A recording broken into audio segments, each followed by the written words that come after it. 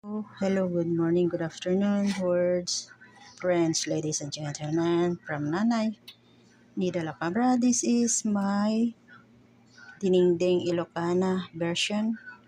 So, nagpakulo ako ng tubig, linagyan ko ng luya at kamatis at sahog. Ayan na siya. At bagoong habang kumukulo ay ito po ay sahog.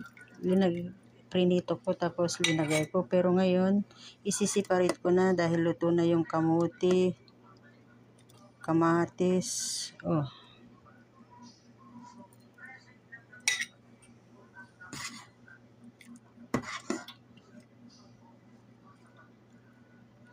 At ampalaya. Ayan po, may ampalaya din siya.